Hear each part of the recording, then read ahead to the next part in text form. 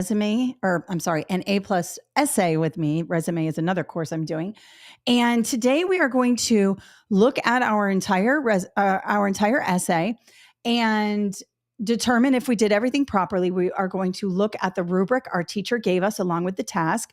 I'm going to recap how we got there, but remember, this is part 5. So if you have not seen parts 1, 2, 3, and 4, in the description, you can find those if you'd like to watch those first. Today is the last day where we are just looking over things. We're not making any drastic changes, maybe a couple edits here and there if we see some misspellings, but we used a lot of AI to do this, so there probably aren't a lot of problems with grammar and spelling. But we want to just read it through one more time, have a look, and then check it using ChatGPT before we hand it in to our teacher. All right, so let me go ahead and share my screen with you. And let me go ahead and go here. Okay. I'm going to go to this final. Now, I'm definitely not going to read this to you, but this is what it looks like. It's an APA formatting. It's double spaced. We have our intro, and then we have with a strong thesis statement. We have 2 detailed paragraphs, one describing the first thing we were looking at, the second detailed paragraph describing the second movement we were looking at, and then finally, a conclusion. Now let's go back and just have a look at and see what we did in terms of the whole thing. So let's go back to the very beginning here, okay?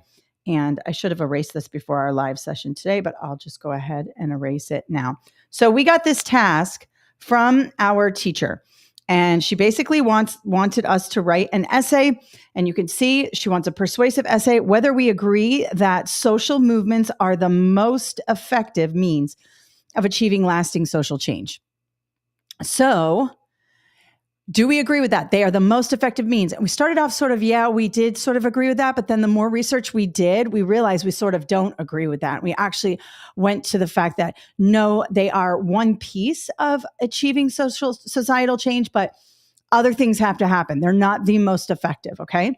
We decided that we wanted to map our essay over here. We decided that we were going to do an intro, 2 detailed paragraphs, detail 1, detail 2, and then a conclusion. That's what we were going to do. And we mapped that all out together. We decided that in the intro, a definition of what constitutes a social movement was going to work for us.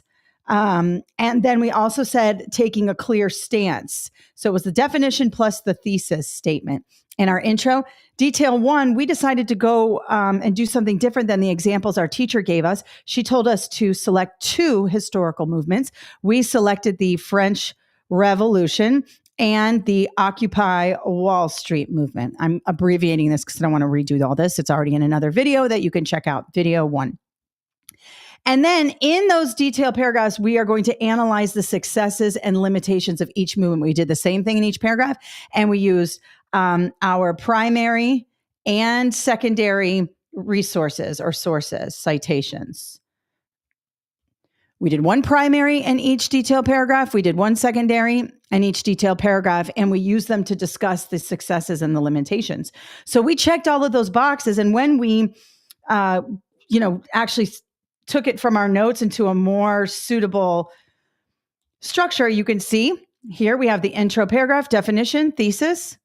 We decided that we were going to disagree with the thesis after we had a look at the French Revolution, Occupy Wall Street. But notice we did the detailed paragraphs first. That really helped us get the research we needed to make an informed, statement on whether we agreed or disagreed with the statement, social movements are the most effective means of achieving lasting societal change. We analyzed the successes and limitations of both, and we cited 1 primary and 1 secondary. And then we had AI write our conclusion because the conclusion is so annoying. And really, most of your grade is coming from these detailed paragraphs and, of course, a strong thesis. And these all need to support the thesis.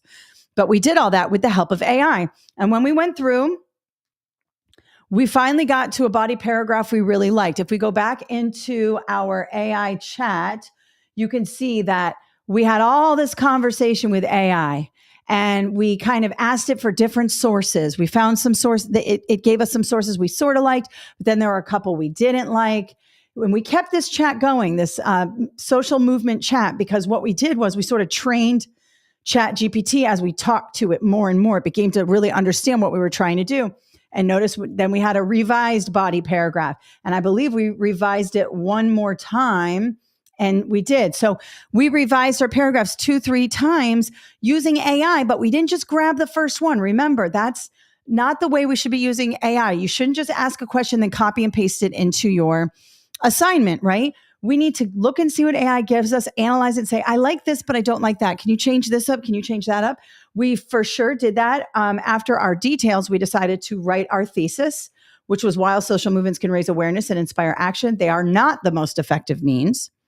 And I asked it to write sort of a creative way to do the intro. I liked it a little bit, didn't like it, and then I decided to change it, and it worked.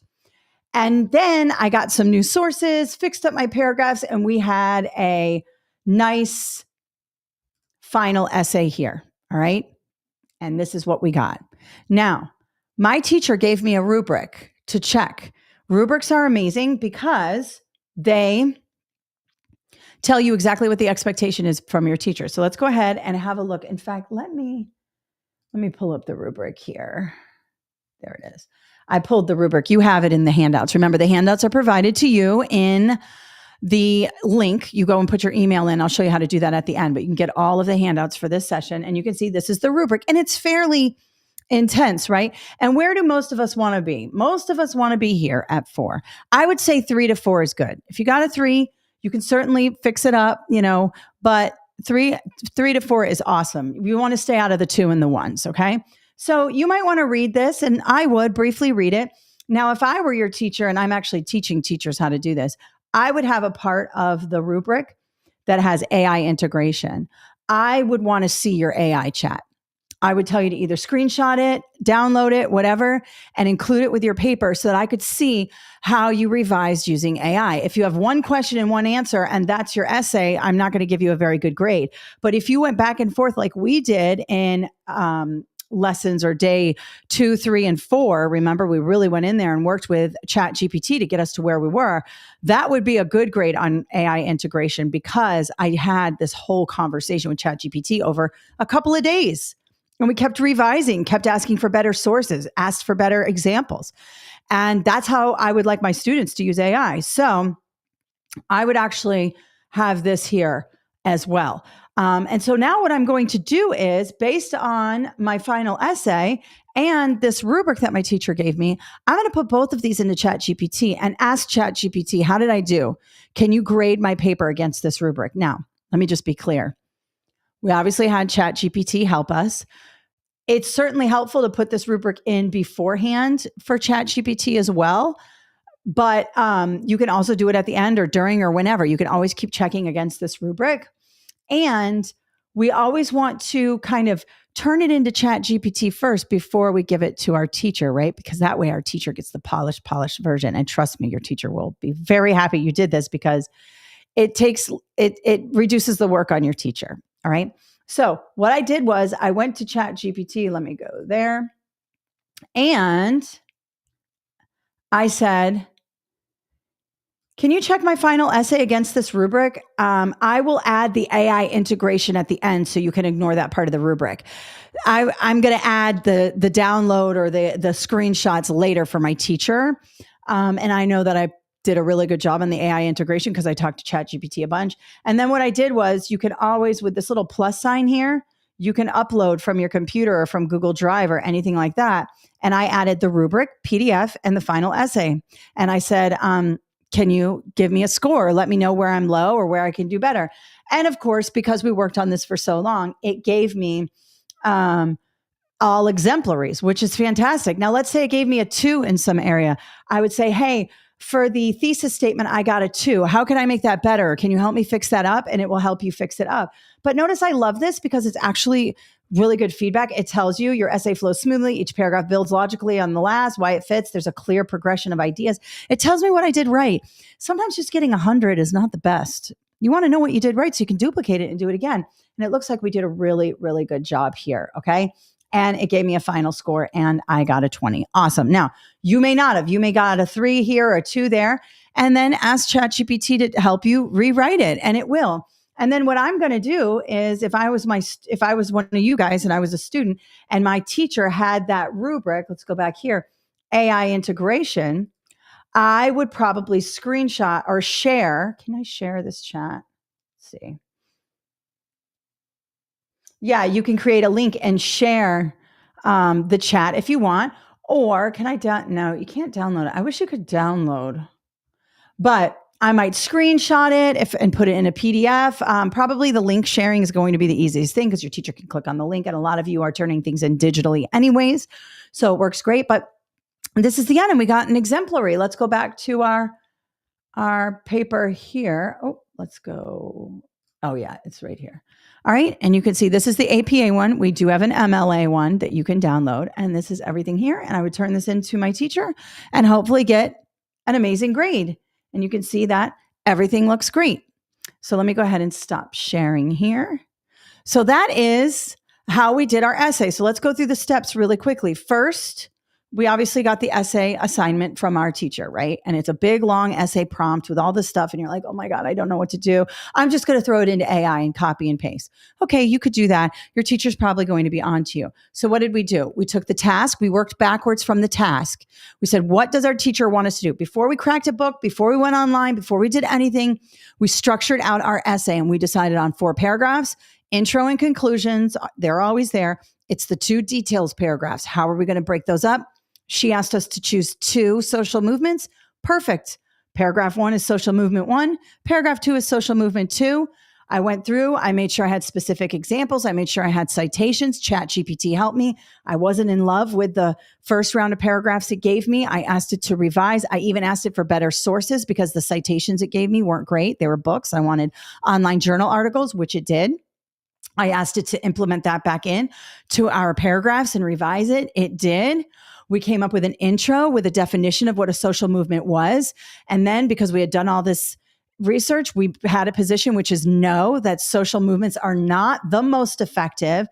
They need to be coupled with policy and government action, right?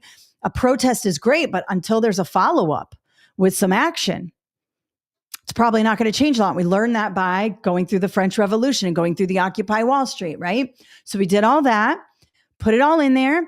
I asked ChatGPT just to write the conclusion. I looked at it. I had it revise it slightly, did that, and then checked it against the rubric, and I'm good to go. Now, I broke this up over 5 days, right?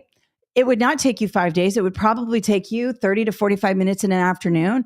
This paper, back when I was a kid and we didn't have AI or even the internet for that matter, we would have to go to the library and check out books using the Dewey Decimal System, which most of you have no idea what that even is. It's fine. We won't talk about it. It was a long time ago.